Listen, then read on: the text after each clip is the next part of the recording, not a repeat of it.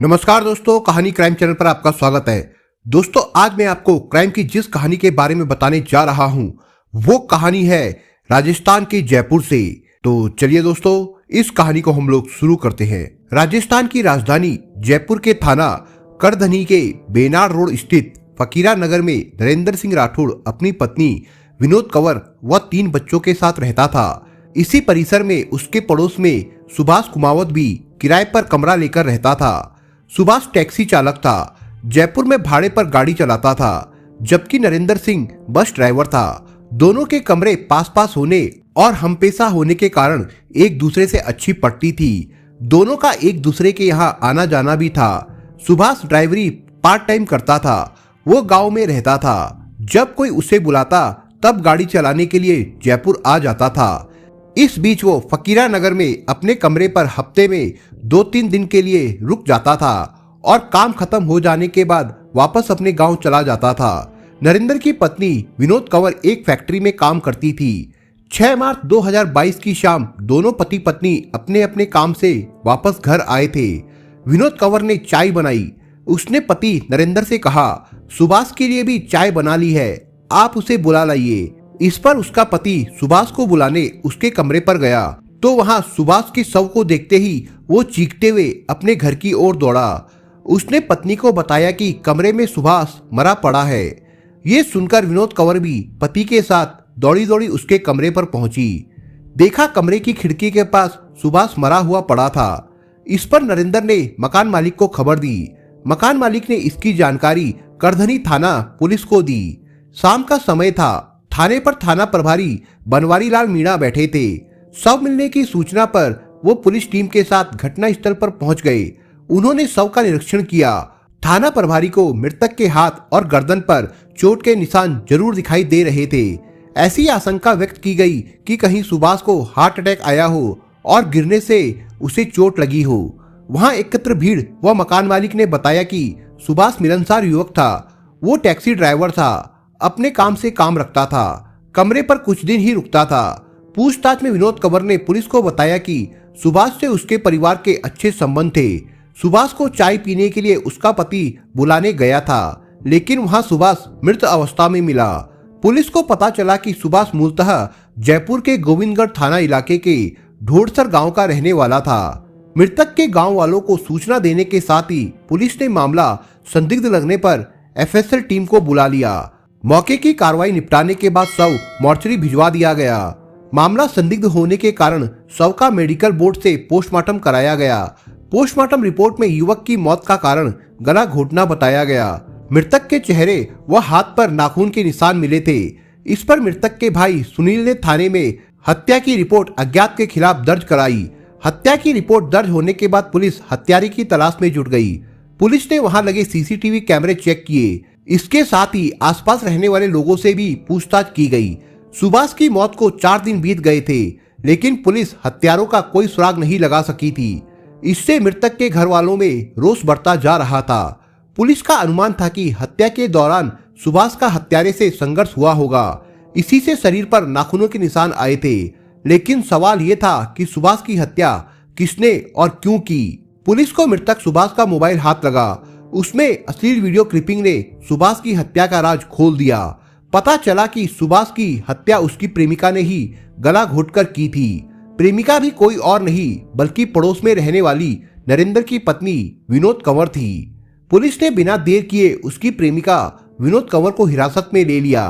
विनोद ने पुलिस को इस संबंध में खुद को निर्दोष बताते हुए कहा कि सुभाष ने गले में दुपट्टे से फंदा लगाकर खिड़की से लटककर आत्महत्या कर ली है। सुबह जब वो वहां गई तो वो फंदा लगा रहा था। उसे रोकने का प्रयास किया, लेकिन वो असफल रही। फिर वो फैक्ट्री काम पर चली गई।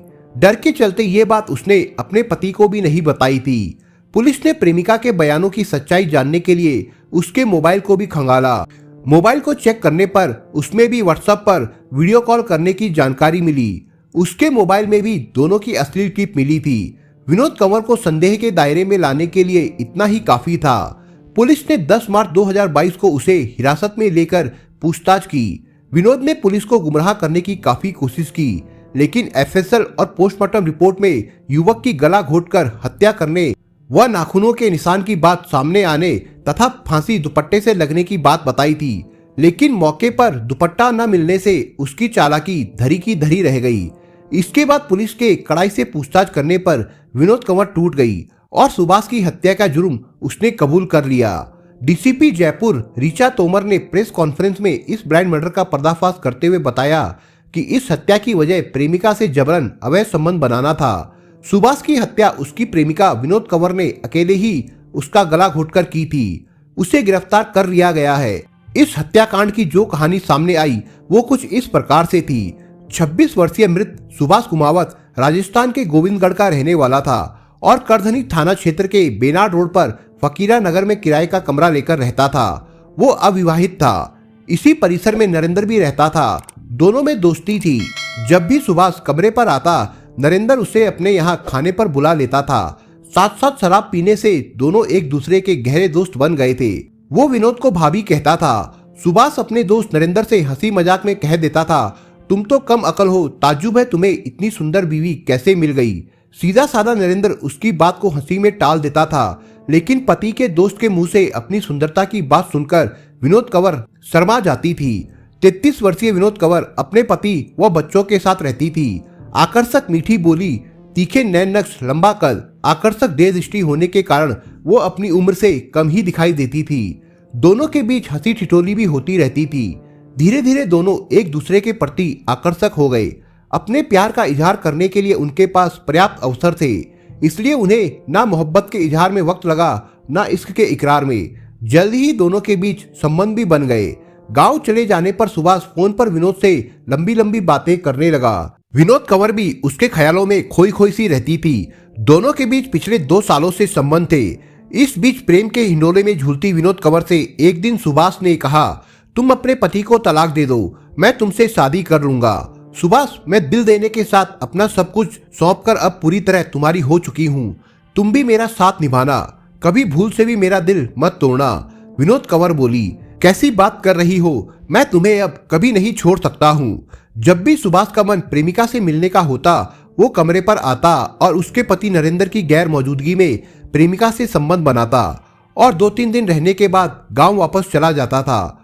वो प्रेमिका को महंगे महंगे गिफ्ट देने के साथ ही उसकी हर जरूरत पूरी करता था। लेकिन इसी बीच पति नरेंद्र को उनके बीच प्रेम संबंधों की भनक लग गई थी। उसने पत्नी विनोद को कई बार समझाया कि सुभाष जब घर आए तो वो उससे बात ना किया करे, लेकिन पति की बातों का पत्नी पर कोई असर नहीं होता था। सुभाष प्रेमिका से उसे अपने साथ रखने की बात भी कह रहा था। इसका पता नरेंद्र को चल गया था। इसी बात को लेकर पति पत्नी के बीच कहासुनी भी हुई थी, लेकिन विनोद दबंग थी, इसलिए पति नरेंद्र उसका विरोध नहीं कर पाता था। सुभाष पर शक होने पर नरेंद्र अपनी पत्नी को गांव भी ले गया था, लेकिन विनोद जिद करके वापस आ गई थी। इस अनबन के चलते उसने अपने पति के खिलाफ दहेज उत्पीड़न का मुकदमा भी दर्ज कराया था। इसके बाद अब विनोद कंवर सुभाष से मिलने में काफी सावधानी बरतती थी। जब भी विनोद कंवर का पति घर पर नहीं होता था, तब सुभाष उसके घर आता और दोनों संबंध बनाते थे। कभी कभी वो प्रेमिका को अपने कमरे पर बुला लेता था। 6 मार्च 2022 की सुबह 7 बजे विनोद का पति नरेंद्र काम पर निकल गया था। विनोद घर पर अकेली थी। उसके बाद सुभाष आया। उसने जबरन संबंध बनाने की कोशिश की। मना करने पर दोनों के बीच झगड़ा हो गया। दरअसल उस दिन विनोद कंवर की तबीयत ठीक नहीं थी, लेकिन सुभाष पर तो भूत सवार था। वो हर हाल में संबंध बनाना चाहता था। इसी के चलते विनोद कंवर के इनकार करने पर सुभाष ने उसके अश्लील वीडियो वायरल करने की धमकी दी। इस पर विनोद भड़क गई। उसने कहा, मैंने तुम्हें दिल से प्यार किया, लेकिन तुम केवल मेरे शरीर के भूखे हो। सुभाष की धमकी के बाद विनोद कंवर ने मन ही मन विचार करने के बाद एक भयानक निर्णय लिया। उसने सुभाष से कहा, तुम तो नाराज हो गए, मैंने तुम्हें किसी बात के लिए कभी मना किया है? यदि तुम ज्यादा ही बेचैन हो रहे हो तो कमरे पर चलते हैं। उसने सुभाष से कहा कि वो अपने कमरे पर पहुंचे, पीछे से वो आती है। सुभाष को तो बस इसी पल का इंतजार था। अब तक वो काफी उत्तेजित हो चुका था। अपने कमरे पर जैसे ही वो पहुंचा, पीछे पीछे प्रेमिका विनोद कंवर भी आ गई और फिर उसने उसकी हत्या कर दी। हत्या के बाद शव को खींचकर कमरे की खिड़की के पास लिटा दिया। करीब 8:30 बजे प्रेमी सुभाष की हत्या करने के बाद वो फैक्ट्री चली गई। विनोद कंवर ने बताया कि सुभाष पिछले 1 महीने से उसे काफी परेशान कर रहा था। उसने उसके अश्लील वीडियो बना रखे थे। जिस प्रेमी पर उसने अपना सब कुछ लुटा दिया, वही जबरन संबंध बनाने का विरोध करने पर अंतरंग क्षणों का वीडियो वायरल कर उसे बदनामी के गर्त में धकेलने की धमकी दे रहा था। ऐसे धोखेबाज प्रेमी से छुटकारा पाने के लिए उसने हत्या की वारदात को अंजाम दिया। चौंकाने वाली बात यह रही कि प्रेमी की हत्या के बाद दोपहर को प्रेमिका वापस घर आई और लंच करने के बाद फिर से काम पर चली गई। ऐसा उसने इसलिए किया कि आस पड़ोस के लोग उस पर शक न कर सके।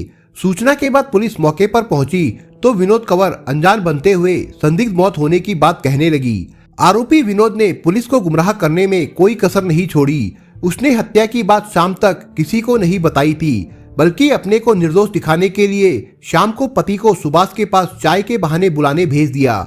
सुभाष की हत्या के 4 दिन बाद पुलिस ने इस सनसनीखेज मामले की कड़ी से कड़ी जोड़ते हुए हत्या की आरोपी प्रेमिका विनोद कंवर को गिरफ्तार कर इस हत्याकांड का पर्दाफाश कर दिया। पुलिस ने 10 मार्च 2022 को आरोपी विनोद कंवर को गिरफ्तार कर लिया। दूसरे दिन न्यायालय में पेश किया, जहां से उसे जेल भेज दिया गया। प्रेमी के प्यार में पड़कर विनोद कंवर ने अपने बसे बसाए परिवार को उजाड़ लिया और हंसती खेलती दुनिया को बर्बाद कर लिया। अब वो अपने पति और बच्चों से भी दूर हो गई है। दोस्तों, इस कहानी के बारे में आपके विचार क्या है, हमें कमेंट बॉक्स में जरूर बताएं। और दोस्तों, अगर आपको हमारा काम पसंद आया हो तो वीडियो को लाइक शेयर जरूर करिए। और अगर आपने अभी तक चैनल को सब्सक्राइब नहीं किया हो तो जाने से पहले चैनल को सब्सक्राइब जरूर करिए दोस्तों। धन्यवाद।